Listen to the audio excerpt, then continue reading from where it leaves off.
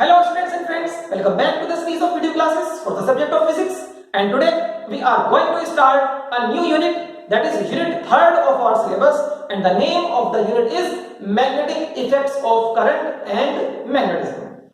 So students, इस unit का weightage हमारे सिलेबस में अप्रोक्सीमेटली 8 मार्क्स का वेटेज होता है. सो बेटा याद रखिएगा कि 8 मार्क्स का मतलब आउट ऑफ 70 क्या होता है कि अप्रोक्सीमेटली 11% वेटेज इस यूनिट का है.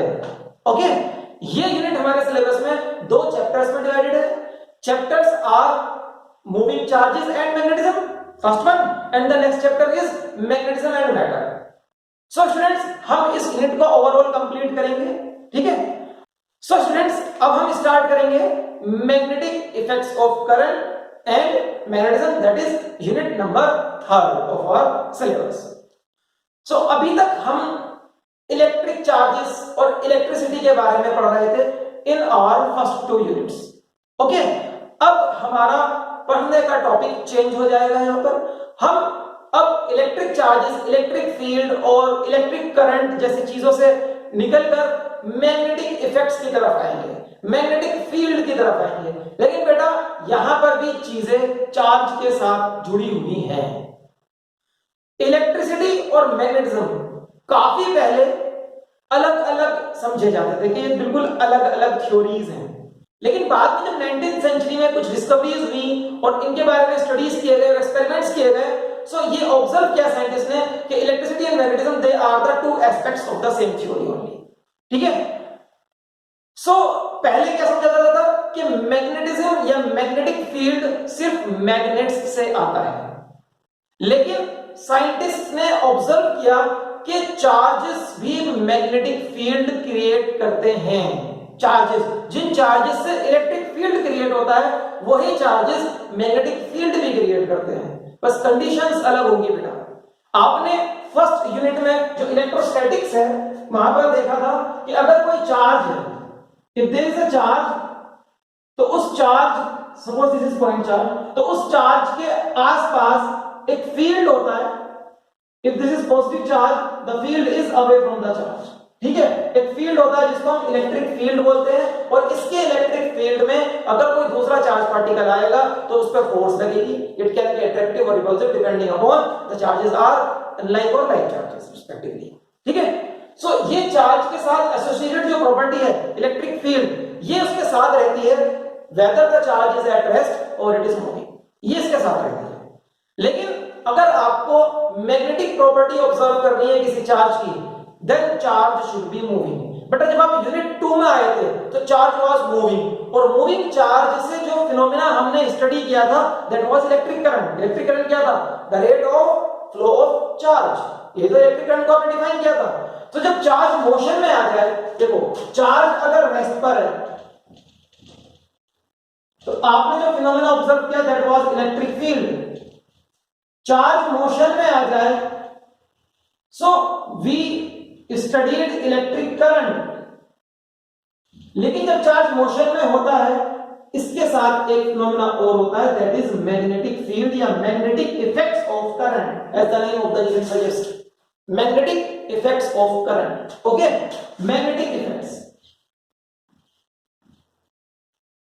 Of current. करंट मतलब फ्लो ऑफ चार्ज, तो मैग्नेटिक इफेक्ट्स ऑफ चार्ज या magnetic effect of the flowing charge. Okay. So जब चार्ज मूव करता है या फ्लो करता है तो वो मैग्नेटिक इफेक्ट्स प्रोड्यूस करता है. Magnetic effects means magnetic field. और इस चीज को ऑब्जर्व करने वाले सबसे पहले साइंटिस्ट का नाम है Christian Oersted. Yes, he was a Danish physicist, और इसने ये चीज ऑब्जर्व की 1820 में. इन 1820, और ये जो उसने ऑब्जर्वेशन की ये उसी के नाम ऑर्स्टेड्स एक्सपेरिमेंट के नाम से जाना जाता है. सो बेटा first heading of our unit is Oersted experiment only. Okay, क्या है ऑर्स्टेड एक्सपेरिमेंट?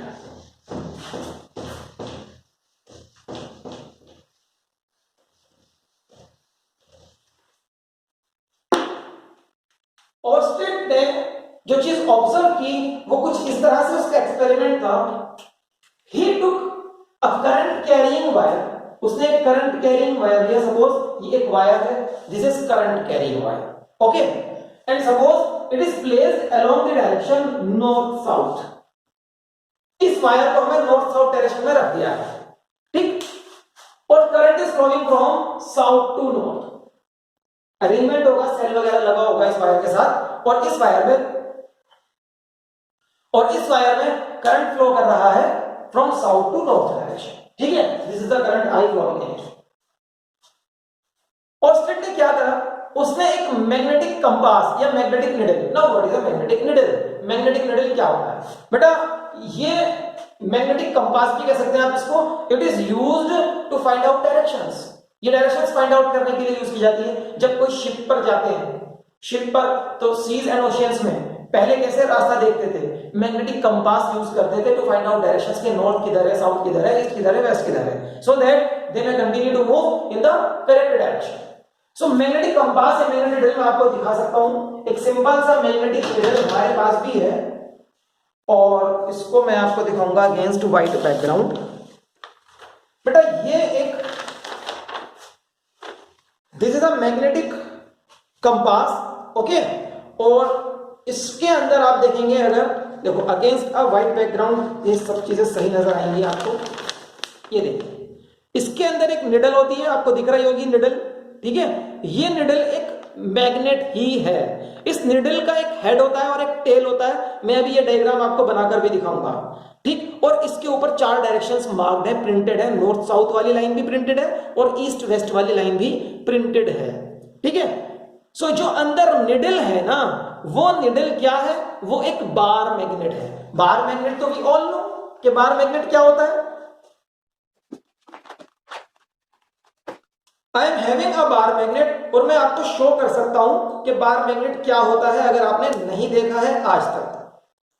बेटा ये एक बार मैग्नेट है, पढ़ा तो था 10th क्लास में कि बार मैग्नेट्स होते हैं। This is a bar magnet, और एवरी मैग्नेट हैज 2 पोल्स। देखो इस पर लिखा है नॉर्थ पोल, साउथ पोल, ठीक है। Every magnet has 2 poles, N और S, ठीक। बार मैग्नेट की क्या प्रॉपर्टी होती है? किसी भी बार मैग्नेट को अगर आप फ्रीली सस्पेंड करोगे, सपोज मैंने इस बार मैग्नेट में एक थ्रेड बांधकर इसको फ्रीली सस्पेंड कर देना है। सपोज मैंने इसको यहां पे थ्रेड बांधा और लटका दिया। इसकी प्रॉपर्टी क्या होगी बेटा? ये हमेशा ऐसे वाइब्रेट करता हुआ जब रुकेगा तो it will point towards north south direction only, ठीक है। रुकेगा कभी तो ये इसका डायरेक्शन हमेशा नॉर्थ साउथ डायरेक्शन होगा जिसमें इसको रुकना है। ये प्रॉपर्टी होती है बार मैग्नेट की। तो अगर इस मैग्नेटिक कंपास में जो निडल है, if that is also a bar magnet, तो वो जब रुकेगी तो उसका डायरेक्शन क्या होगा? सपोज मैं आपको शो करता हूं, ये हमारे पास एक मैग्नेटिक निडल है, यहां पर इसका ये निडल है। एरो का मतलब होता है नॉर्थ पोल और टेल का मतलब होता है साउथ पोल, ओके। अभी यहां से इसके आसपास कोई करंट कैरिंग वायर अभी नहीं है, ओके। अभी कोई करंट कैरिंग वायर इसके आसपास नहीं है। ये जब रेस्ट पर आएगी निडल तो it will always be in the north south direction. ये मैग्नेट की प्रॉपर्टी होती है किसी भी बार मैग्नेट की कि it will come to rest along north south direction only, ठीक है। Now he place a magnetic needle below the current carrying wire, और फिर उसने इस वायर में करंट स्विच ऑन कर दिया I from south to north direction, ठीक है। जैसे इसने करंट स्विच ऑन किया, ये मैग्नेटिक निडल डिफ्लेक्ट कर जाती है। This magnetic needle gets deflected, और ये कुछ इस तरह से डिफ्लेक्ट कर जाती है। ये इसका बेटा पहले वाला डायरेक्शन है, इसको मैंने डॉटेड कर दिया, ये ऐसे डिफ्लेक्ट कर जाएगी। अगर इधर नॉर्थ है, इधर साउथ है, तो इधर होगा वेस्ट और इधर होगा ईस्ट, तो it gets deflected towards west, okay. You can observe in this needle as well कि सपोज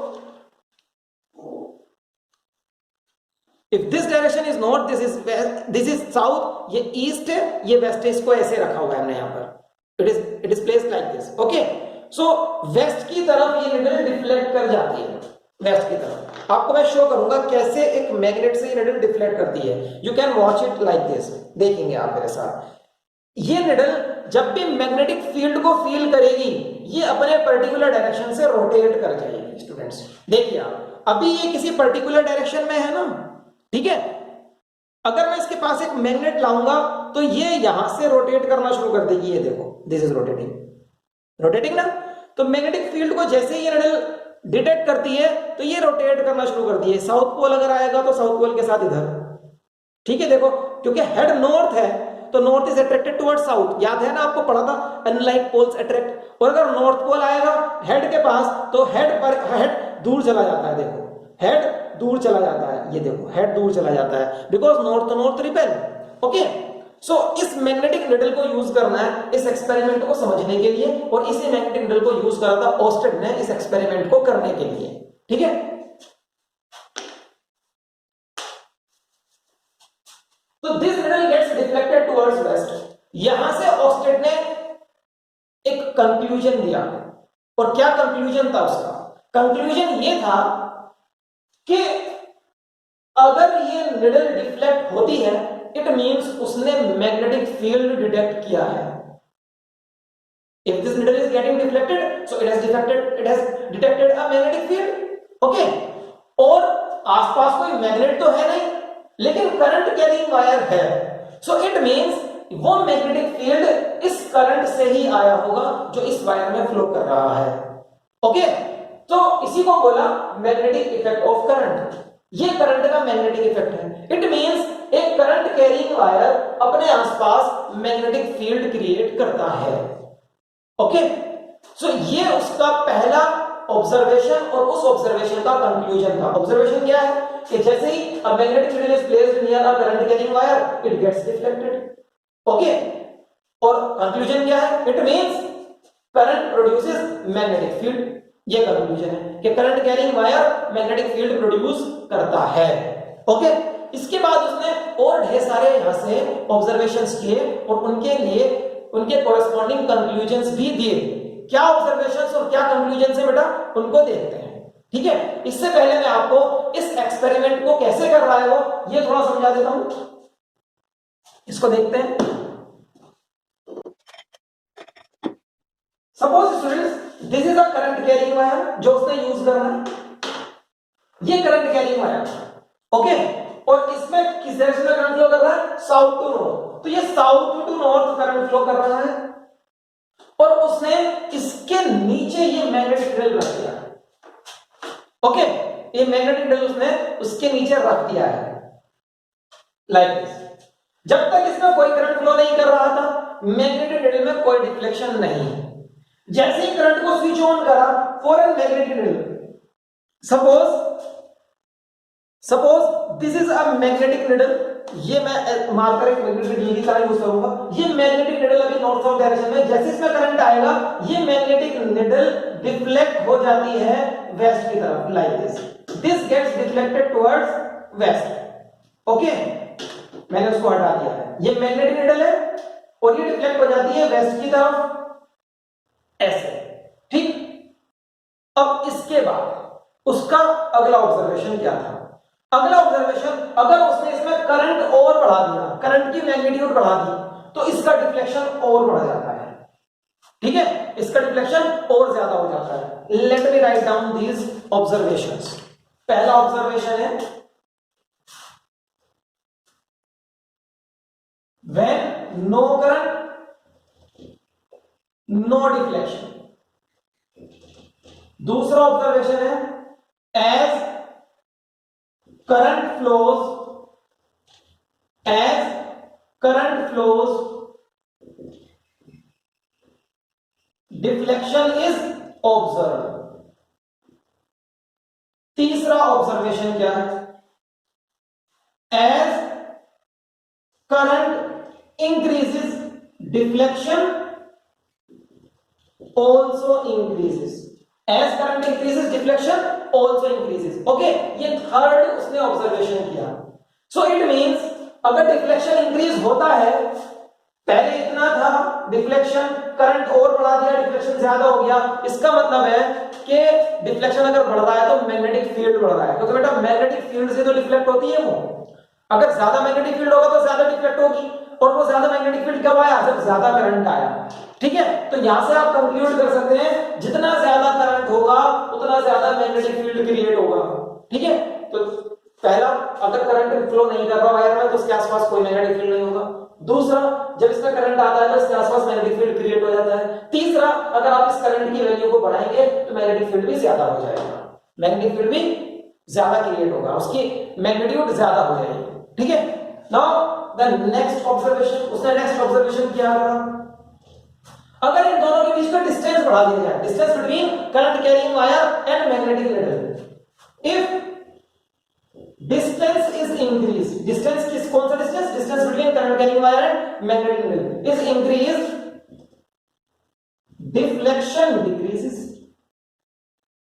डिफ्लेक्शन डिक्रीज कर जाता है। इसका मतलब क्या है, देखो अभी इस पर्टिकुलर डिस्टेंस पर, एट दिस पर्टिकुलर डिस्टेंस क्या हो रहा है, डिफ्लेक्शन इतना हो रहा है। अगर मैं इनका डिस्टेंस बढ़ा दूं, इस वायर को थोड़ा दूर ले जाऊं या निडल को थोड़ा दूर ले जाऊं, दोनों तरीके से कर सकते हैं, तो जैसे ही आप इसका डिस्टेंस बढ़ाने लगते हैं डिफ्लेक्शन कम होने लगता है, और जब आप इसको बहुत दूर ले जाएंगे डिफ्लेक्शन जीरो हो जाएगा, बहुत दूर ले जाने पर। ठीक है, मतलब बहुत, मतलब इनफाइनाइट डिस्टेंस पर अगर ले जाएंगे तो डिफ्लेक्शन रिड्यूसेस टू जीरो। तो इट मींस जैसे जैसे डिस्टेंस बढ़ता चला जाता है डिफ्लेक्शन कम होता चला जाता है, और जब डिस्टेंस बहुत बड़ा इनफाइनाइट हो जाए तो डिफ्लेक्शन जीरो हो जाता है। इन अदर वर्ड्स हमने क्या कंक्लूड करा यहां से, बेटा जैसे जैसे डिस्टेंस बढ़ाएंगे मैग्नेटिक फील्ड कम हो रहा है, देखो डिफ्लेक्शन कम हो रहा है, और वायर से बहुत दूर जाने पर मैग्नेटिक फील्ड जीरो, मतलब खत्म हो जाता है। ठीक है, so magnetic field reduces to zero at a very far away distance from the current carrying wire। ये यहां से हमारा कंक्लूजन हुआ। इसका वाइस वर्सा भी बोल सकते हैं कि डिस्टेंस कम करोगे तो मैग्नेटिक फील्ड बढ़ जाएगा, और वाइस वर्सा, इसको उल्टा करके भी बोल सकते हैं, कोई दिक्कत नहीं है। ठीक है, तो अभी तक हमारे पास 4 ऑब्जर्वेशंस और उसके कोरिस्पॉन्डिंग 4 कंक्लूजन्स आ चुके हैं। नेक्स्ट उसने क्या ऑब्जर्व करना है, नेक्स्ट उसने ऑब्जर्व किया कि अगर इस मैग्नेटिक नीडल को नीचे से उठाकर ऊपर रख दिया जाए, he placed it at the top of the current carrying wire। ठीक है, ये डायरेक्शन इसका ओरिजिनल डायरेक्शन होता है नीडल का, नॉर्थ साउथ। तो ही ऑब्जर्व्ड कि इस ऊपर रखने पर डिफ्लेक्शन इधर होता है ईस्ट की तरफ, नीचे रखा तो वेस्ट की तरफ, ऊपर रखा तो ईस्ट की तरफ। Means when a needle is placed below, current carrying wire को करंट ले जा रहा है साउथ टू नॉर्थ, नीचे वाली निडल में डिफ्लेक्शन किधर हो रहा है, नीचे वाली निडल में डिफ्लेक्शन हो रहा है टुवर्ड्स वेस्ट। लेकिन अगर ऐसे ही एक निडल ऊपर भी रख दी, ऊपर रखने पर ऊपर वाली निडल में किधर डिफ्लेक्शन हो रहा है, ऊपर वाली निडल में डिफ्लेक्शन हो रहा है टुवर्ड्स ईस्ट, लाइक दिस। ठीक है, टुवर्ड्स ईस्ट इधर हो रहा है। सो इट मींस अलग अलग पॉइंट्स पर मैग्नेटिक फील्ड का डायरेक्शन अलग अलग होता है, ये इसका कंक्लूजन आया यहां से। ठीक है, नीचे मैग्नेटिक फील्ड इधर है, ऊपर इधर है। ओके, देखो यहां देखते हैं इसको, नीचे मैग्नेटिक फील्ड का डायरेक्शन इधर है क्योंकि वो इधर डिफ्लेक्ट हो रहा है, ऊपर इधर डिफ्लेक्ट हुआ तो वो आपकी तरफ है डायरेक्शन, वो डायरेक्शन आपकी तरफ है। मींस नीचे तो मेरी तरफ है डायरेक्शन, ऊपर वाले पॉइंट्स पर आपकी तरफ है। फिर ऑस्टेड ने एक काम किया, उसने धीरे धीरे सब जगह रखा उस मैग्नेटिक नीडल को, और उसने ऑब्जर्व किया कि नीचे तो मेरी तरफ है, ऊपर आपकी तरफ है, यहां रखते हैं तो नीचे की तरफ है, यहां रखते हैं तो ऊपर की तरफ है। मतलब अलग अलग पॉइंट्स पर मैग्नेटिक फील्ड का डायरेक्शन कैसा आ रहा है, टेंजेंट टू अ सर्कल, एक सर्कल की तरह बन गया, ये एक सर्कल जैसा बन जाता है। और मैग्नेटिक फील्ड का डायरेक्शन कैसा आ रहा है, देखो यहां नीचे रखा तो मेरी तरफ, ये इमेजिन करो कि यहां पर एक सर्कल है, नीचे वाले पॉइंट पर डिफ्लेक्शन मेरी तरफ, यहां टेंजेंट, ऊपर वाले पॉइंट पर डिफ्लेक्शन आपकी तरफ, ये टेंजेंट। यहां कोई पॉइंट है तो ऐसे नीचे की तरफ टेंजेंट, और यहां पर कोई पॉइंट है तो ऐसे ऊपर की तरफ टेंजेंट, लाइक दिस। ओके, सो उसने ऑब्जर्व किया कि मैग्नेटिक फील्ड का डायरेक्शन अलग अलग पॉइंट पर अलग अलग होता है, ये ऑब्जर्व किया। ऑब्जर्वेशन था deflection is along different directions at different points। और इसका कंक्लूजन क्या निकाला उसने, इससे कंक्लूजन निकाला कि इट मींस मैग्नेटिक फील्ड का direction around the current carrying wire, अलग अलग पॉइंट्स पर अलग अलग होता है और वो डायरेक्शंस कुछ इस तरह से है कि it is tangential to an imaginary circle around this wire. ठीक है, ये वायर है, इस वायर के चारों तरफ आप एक इमेजिनरी सर्कल सोचो। ठीक, उस सर्कल की टेंजेंट होंगी जितनी भी, वो सारी टेंजेंट मैग्नेटिक फील्ड के डायरेक्शन को शो करेंगी। ठीक है, वो सारी टेंजेंट्स मैग्नेटिक फील्ड के डायरेक्शंस को शो करेंगी। सो आप कह सकते हो magnetic field is tangential to an imaginary circle around this wire and the wire is at the centre of this circle. Wire उस सर्कल के सेंटर पे होगा एंड, बहुत ध्यान से सुनो बेटा, ये बातें बहुत इंपॉर्टेंट है। The wire is at the centre of the circle and the plane of this circle is perpendicular to the length of the wire. जो वायर की लेंथ है उसके परपेंडिकुलर प्लेन में उस सर्कल का प्लेन होगा। ठीक है, means circle must be like this. आप ऐसा एज्यूम कर सकते हैं, सपोज ये वायर है तो सर्कल कुछ ऐसा होगा, लाइक दिस। परपेंडिकुलर प्लेन हो गया ना, दिस एंगल इज 90 डिग्री, ये परपेंडिकुलर प्लेन है मेरा पाम। ठीक है, तो मेरे पाम पे बन जाएगा वो circle. That circle can be drawn on my palm. Circle के सेंटर पे वायर होगा और उस सर्कल की सर्कमफ्रेंस पर जितने भी टेंजेंट्स होंगे वो सारे टेंजेंट्स इस वायर में अगर करंट फ्लो कर रहा है तो मैग्नेटिक फील्ड के डायरेक्शन को शो करेंगे। ओके, सो फिफ्थ ऑब्जर्वेशन और उसका कंक्लूजन भी मैंने आपको बता दिया। ठीक, अब आगे अभी और भी उसके ऑब्जर्वेशंस हैं। और क्या ऑब्जर्वेशंस हैं? अब उसने नेक्स्ट क्या काम करा? नेक्स्ट ही डिड कि उसने, चलो ऊपर वाले मैग्नेटिक को हम रब कर देते हैं। अभी आप ये देखो, direction of current is from south to north, तो deflection in the needle is towards west. Deflection in the needle is towards west. So वो एक काम ये करता है कि उसने करंट के डायरेक्शन को रिवर्स कर दिया। करंट के डायरेक्शन को रिवर्स कर दिया, साउथ टू नॉर्थ की जगह ये reverse the direction of the current और उसने करंट के डायरेक्शन को कर दिया नॉर्थ टू साउथ। अगर वो करंट के डायरेक्शन को रिवर्स करता है तो मैग्नेटिक नीडल की डिफ्लेक्शन भी रिवर्स हो जाती है। अभी वेस्ट की तरफ थी, अब ईस्ट की तरफ हो गई। ठीक, so this is the next observation 6। If direction of current is reverse बेटा, रिवर्स चेंज नहीं लिखा, रिवर्स लिखा। रिवर्स मतलब बिल्कुल ही अपोजिट कर देना। चेंज का मतलब तो होगा कि साउथ टू नॉर्थ की जगह आप ईस्ट टू वेस्ट कर देना, ऐसा नहीं, रिवर्स ही कर देना, नॉर्थ टू साउथ वापस कर दिया उसको। If direction of current is reverse, direction of deflection of the magnetic needle is also reversed.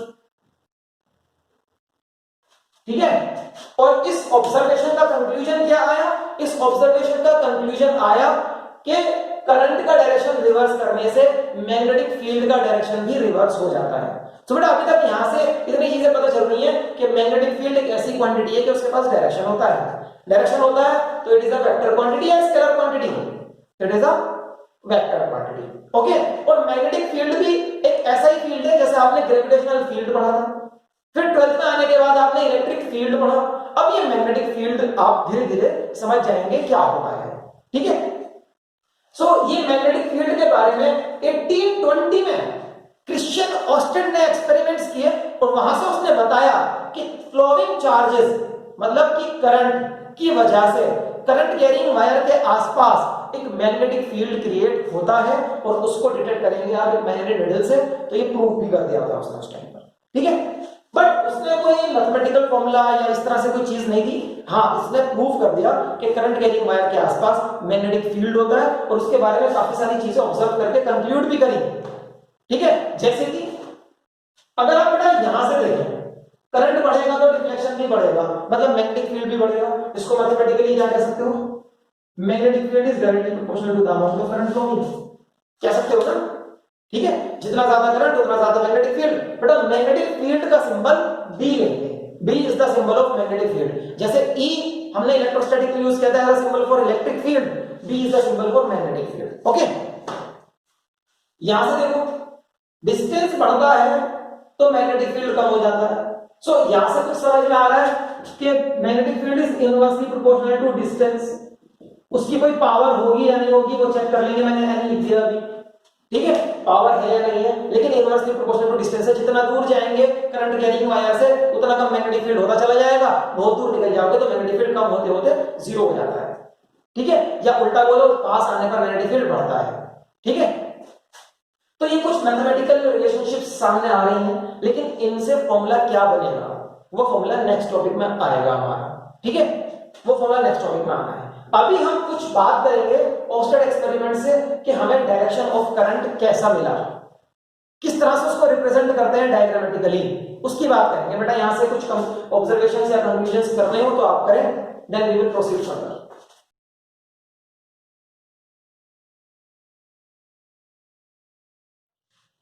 Now students, Oersted experiment हमारा हेडिंग है, और इसमें अभी तक हमने देखा कि ओस्टेड ने जो एक्सपेरिमेंट किया उसने वहां से क्या चीजें ऑब्जर्व की और उनके लिए क्या क्या कंक्लूजन उसने हमको दिए, ठीक है। उसने हमको ये भी बताया कि मैग्नेटिक फील्ड का डायरेक्शन होता है और उस डायरेक्शन को कैसे आप एक पेपर पर डायग्रामेटिकली रिप्रेजेंट करेंगे, वो चीज हमें अब यहाँ पर सीखनी होगी, ठीक है।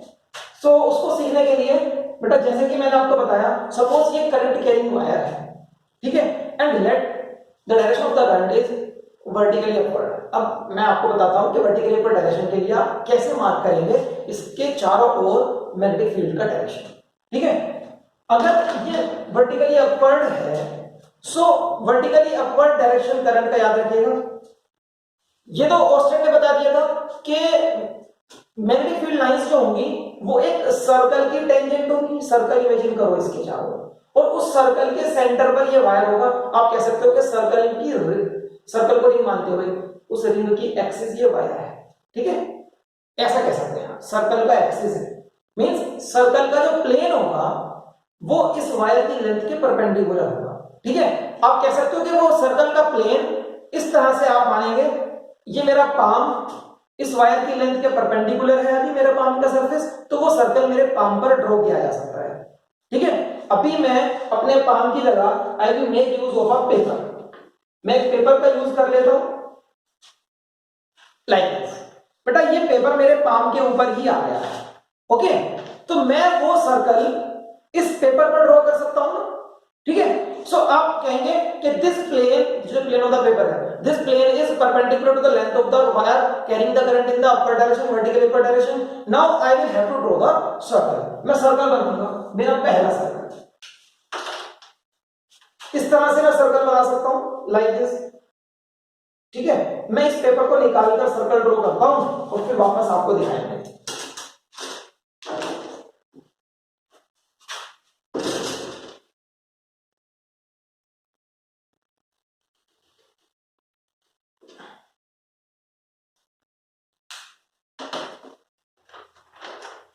तो suppose I draw a circle like this, okay, ये वर्टिकली अपवर्ड करंट जा रहा है और ये सर्कल मैंने यहां पर ड्रॉ कर लिया, ठीक है।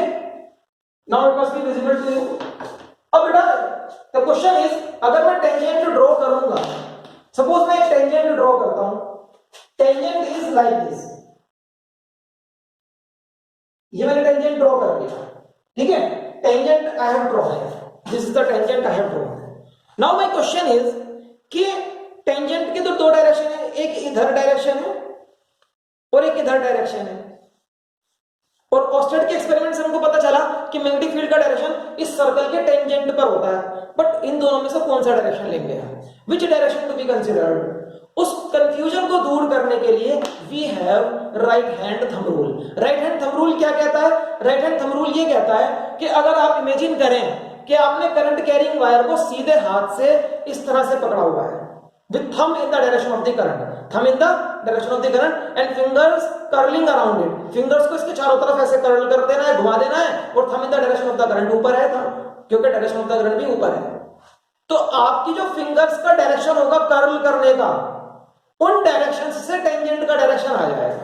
The direction of the curling finger will give the direction of the magnetic field at a given point। अब आप सोचो, मेरा पॉइंट ये है जिस पॉइंट पर मुझे मैग्नेटिक फील्ड का डायरेक्शन फाइंड आउट करना है।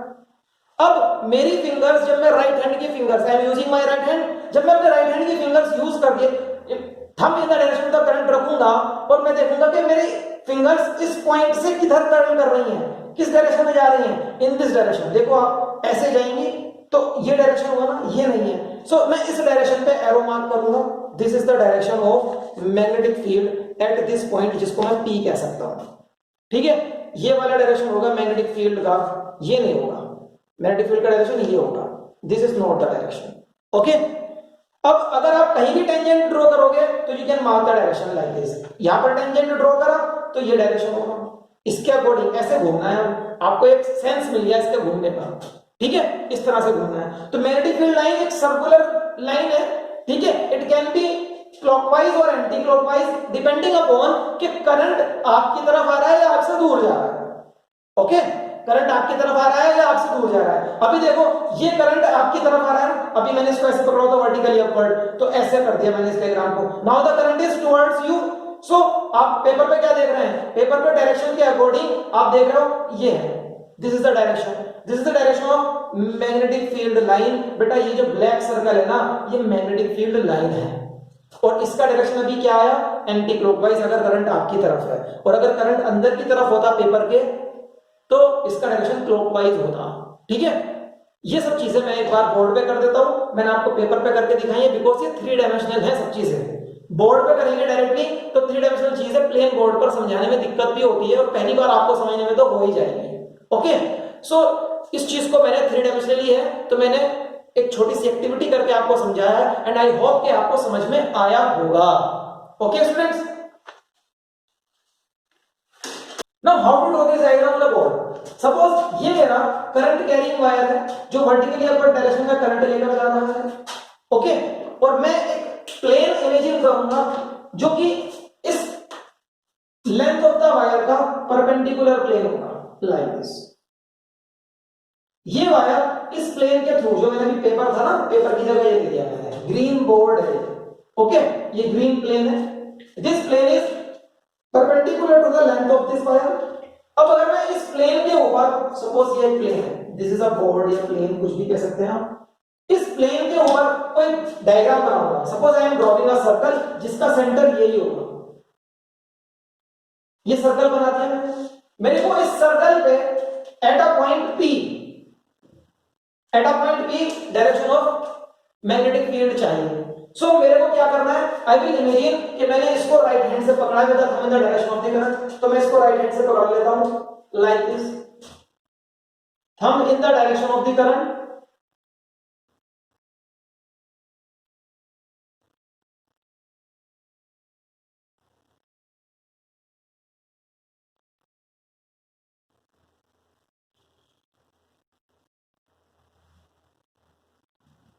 Like this. अब देखो मेरे फिंगर्स के कर्ल करने का डायरेक्शन ये है, तो फिंगर्स के कर्ल करने का direction is this.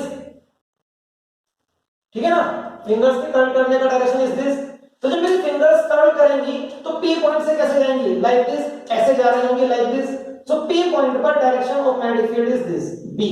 B is a vector quantity magnetic field. Okay, P point पर मैग्नेटिक फील्ड का डायरेक्शन मिल गया। सो कहीं पर भी ड्रॉ करोगे मैग्नेटिक फील्ड का डायरेक्शन इस तरह से आएगा।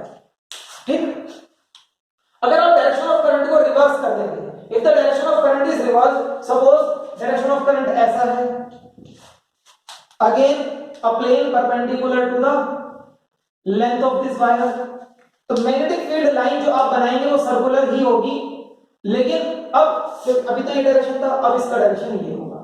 सपोज मुझे यहां पर डायरेक्शन चाहिए, यहां पर टेंजेंट ड्रॉ कर दो, ये रहा डायरेक्शन मैग्नेटिक फील्ड का। यहां चाहिए, यहां पर टेंजेंट ड्रॉ कर दो, ये रहा डायरेक्शन मैग्नेटिक फील्ड का, P पॉइंट Q पॉइंट।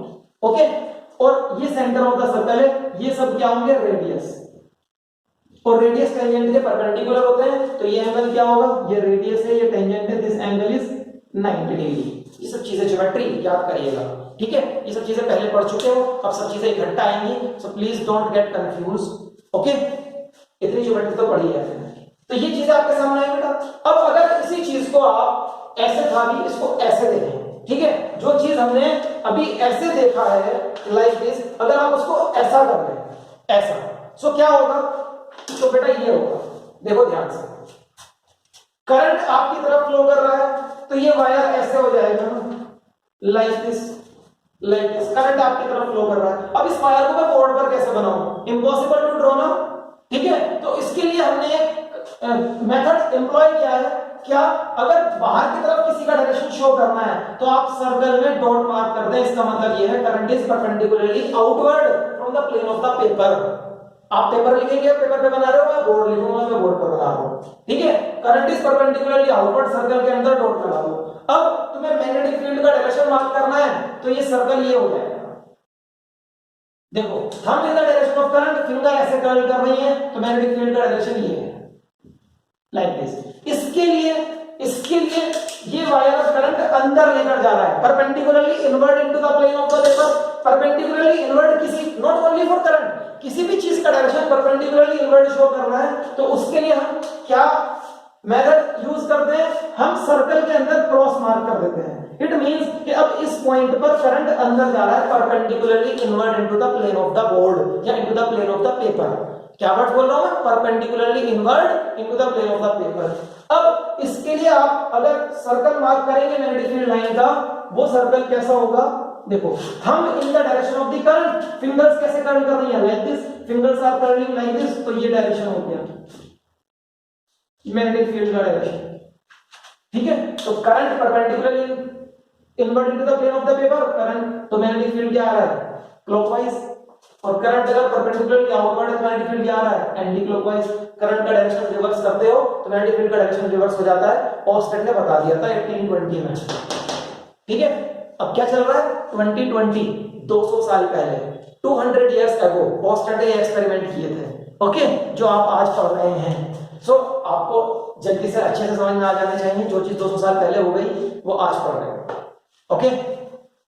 सो बेटा, मैग्नेटिक फील्ड का direction for a straight current carrying wire, magnetic field का पैटर्न क्या होगा? सर्कुलर पैटर्न, और उस सर्कल के टेंजेंशियल मैग्नेटिक फील्ड का डायरेक्शन होता है। और डायरेक्शन निकालने के लिए we will use right hand thumb rule. Right hand thumb rule ये कहता है, hold, imagine that you are holding the current carrying wire with thumb in the direction of the current, then the direction of curling finger will give the direction of magnetic field. This is right hand thumb rule. ये भी आपको याद करना है, ठीक है। एक चीज और है, क्या सिर्फ मैग्नेटिक फील्ड का डायरेक्शन यही होगा? बेटा यहाँ भी तो हो सकता है, लाइक दिस, हर जगह होगा ना। करंट तो यहाँ भी फ्लो कर रहा है, यहाँ भी फ्लो कर रहा है, यहाँ भी, यहाँ के लिए तो आपने मार्क कर लिया, यहाँ भी तो होगा, यहाँ भी तो होगा, ठीक है, हर जगह होगा ना। यहां भी ऐसे है तो यहां भी ऐसे होगा, यहां भी ऐसे होगा। इन सारे सर्कल्स को ज्वाइन करोगे तो क्या मिलेगा? सिलेंडर मिलेगा ना, ठीक है।